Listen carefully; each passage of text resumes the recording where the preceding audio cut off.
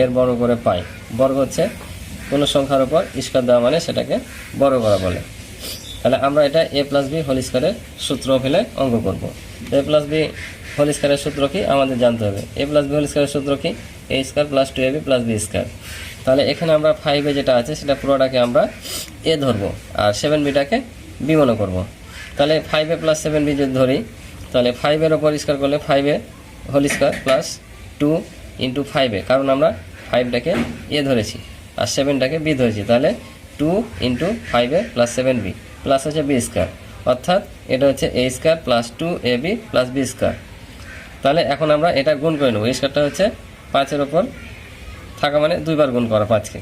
তাহলে 5 5 25 আর এর উপর স্কয়ার দিলে a স্কয়ার, 5 2 10 আর 7 10 70, ab গুণ করলে ab আর 7 এর স্কয়ার মানে 7 2 গুণ 7 7 49 b স্কয়ার। তাহলে আমরা কি